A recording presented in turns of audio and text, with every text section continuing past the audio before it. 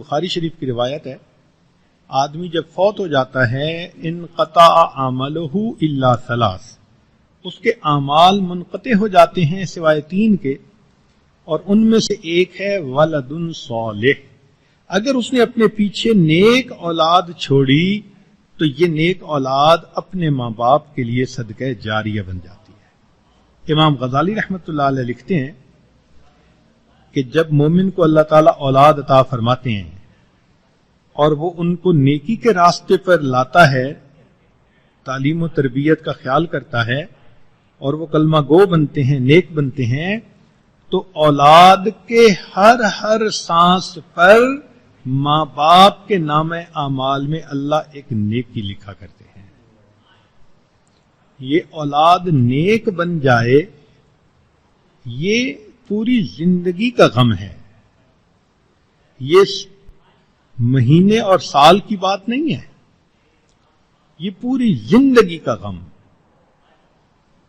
چنانچہ دیکھیے کہ ہم نماز پڑھتے ہیں اور بچے کو شروع کروائی جاتی ہے نماز 7 سال کی عمر میں، تو وہ دعا پڑھتا ہے رب اجعلنی مقیم الصلاۃ ومن ذریتی۔ اب 7 سال کے بچے کی اولاد تو نہیں ہے، لیکن دعا مانگ رہا ہے، یا اللہ، یہ تو خود بچہ ہے اور یہ بچہ بھی یہی دعا مانگ رہا ہے رب اجعلنی مقیم الصلاۃ ومن ذریتی۔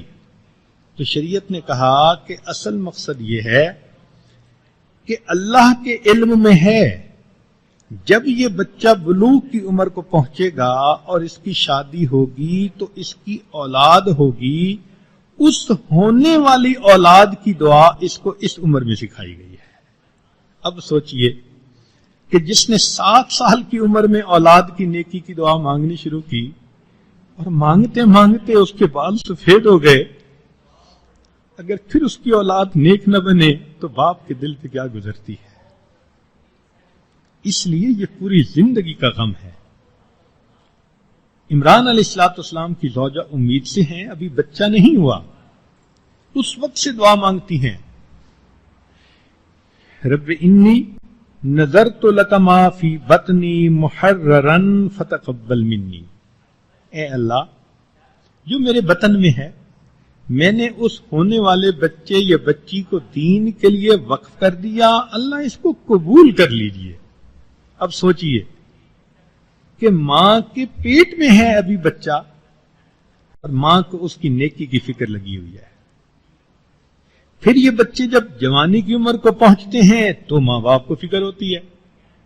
اس کی مثال قرآن عظیم الشان میں سے سیدنا نوح علیہ السلام کا جوان بیٹا سامنے کھڑا ہے، آپ اس کو بلاتے ہیں یا بنی ارکم معنا، اے بیٹے آؤ ہمارے ساتھ کشتی میں سوار ہو جاؤ، تم نافرمانوں کے ساتھ نہ رہو، ماننے والوں کے ساتھ آ جاؤ۔ تو جوانی میں بھی فکر ہے اس کی، پھر جب ماں باپ بوڑھے ہو جاتے ہیں تو بھی اولاد کی فکر۔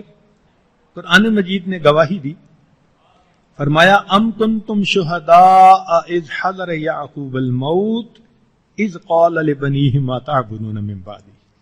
یعقوب علیہ السلام کی وفات کا وقت آ گیا، اس وقت اپنے بچوں کو جمع کر کے پوچھ رہے ہیں اے میرے بیٹو، میرے بعد کس کی عبادت کرو گے؟ مرتے مرتے اولاد کا غم۔ تو معلوم ہوا کہ یہ کوئی مہینے اور سال کی بات نہیں ہوتی، بلکہ یہ زندگی بھر کا روگ ہوتا ہے۔ ماں باپ کو کوشش بھی کرنی پڑتی ہے اور پھر اللہ تعالیٰ سے دعائیں بھی مانگنی پڑتی ہیں۔ اس لیے اولاد کی تربیت بڑی اہم ہے اور ہم میں سے ہر ایک کے اوپر لازم ہے، ضروری ہے۔ یہ ماں باپ کی ذمہ داری ہے کہ وہ اولاد کی تربیت کریں۔ چنانچہ نبی علیہ السلام نے ارشاد فرمایا کل والد یولد علی فطرت الاسلام، ہر بچہ فطرت اسلام پر پیدا ہوتا ہے، اس کے پھر ماں باپ اس کو یہودی یا نصرانی بنا دیتے ہیں۔ اس کا مطلب یہ کہ ماں باپ اگر اچھی تربیت کریں گے تو وہ بچے دین اسلام پر رہیں گے، اور اگر غفلت برتیں گے تو وہ دین اسلام سے ہٹ کر دوسری طرف چلے جائیں گے.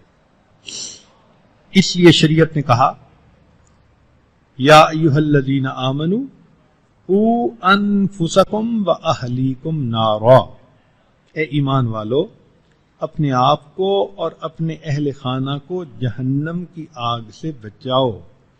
مفسرین نے لکھا کہ اس کا معنی یہ کہ اولاد کو دین سکھاؤ تاکہ وہ جہنم سے بچ سکیں، اللہ کے مقرب بندے بن سکیں.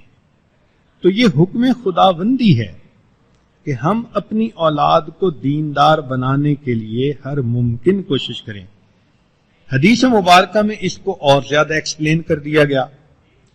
چنانچہ نبی علیہ السلام نے ارشاد فرمایا کلکم راع وکلکم مسئول عن رعیتہ، تم میں سے ہر آدمی نگران ہے اور ہر بندے سے اس کے ماتحتوں کے بارے میں سوال ہوگا. چنانچہ شارحین حدیث نے لکھا کہ خامن سے بیوی اور بچوں کی دینداری کے بارے میں پوچھا جائے گا کہ تم نے ان کو دیندار بنانے کے لیے کیا کوششیں کی، اور بیوی سے اولاد کے بارے میں پوچھا جائے گا کہ تم نے اپنی اولاد کو نیک بنانے کے لیے کیا کوشش کی.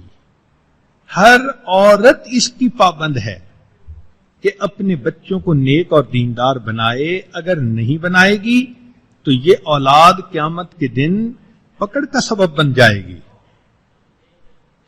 امام غزالی رحمۃ اللہ علیہ نے اپنی کتاب ایھا الولد میں لکھا کہ درخت دو طرح کے ہوتے ہیں. ایک ہوتے ہیں خودرو، یہ جب پیدا ہوتے ہیں تو بے ڈھنگے ہوتے ہیں، کہیں شاخیں بڑی ہوئی ہیں، کہیں گھٹی ہوئی ہیں، کہیں خوبصورتی نظر نہیں آتی، بے جوڑ سی چیز نظر آتی ہے. اس لیے کہ خودرو درخت جو ہوا. اور ایک درخت وہ ہوتا ہے کہ جس کو مالی خود اگاتا ہے اور شروع سے کانٹ چھانٹ کرتا ہے. یہ درخت دیکھنے میں اتنا خوبصورت لگتا ہے، پھر اس پر پھل بھی بہت اچھے ہوتے ہیں. تو بچے کی مثال ایسی ہی ہوتی ہے. جو ماں باپ اولاد پیدا ہونے کے بعد ان سے غفلت برتتے ہیں وہ اولاد خود رو پودے کی مانند ہوتی ہے، اور جو اپنے بچوں کی تربیت کا خیال کرتے ہیں وہ اس درخت کی مانند ہوتے ہیں جس کو مالی نے کاٹ چھانٹ کر خوبصورت بنایا ہوتا ہے. اسی لیے بچے کی مثال پگھلے ہوئے تانبے کی مانند ہوتی ہے. تانبا پگھلا ہوا ہو، اس کو جس سانچے میں آپ ڈال دو وہ وہی شکل اختیار کر لے گا. اسی طرح بچہ کچا ہوتا ہے، ماں باپ جس سانچے میں اس کو ڈھالیں وہ بچہ اسی میں ڈھل جاتا ہے. پوری زندگی بچپن کی اس تربیت کا اثر رہتا ہے. اس لیے کہتے ہیں کہ بچپن کی باتیں انسان کو بچپن میں بھی نہیں بھولتی.